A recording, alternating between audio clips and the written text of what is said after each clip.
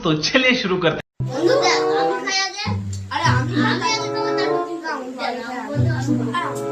আরে তোকে 10 টাকা দেবো हैं। अरे कहना क्या चाहते हो? 10 টাকা দরকার নেই আমি তোকে পুরো পয়সা দেবো আরে कौन है ये लोग कहाँ से आते हैं ভাই আমাদের পয়সা তুই ছাড়ে দাও না পয়সা দিবি আমি A few moments later. আমি আগে খাই না অনেক দামি মাছ আরে তুই খালে এটা তো মানে তুই ভাই বড় সরো মানুষ না ভাই আমি একটু গরিব চড়ি रुको जरा सबर करो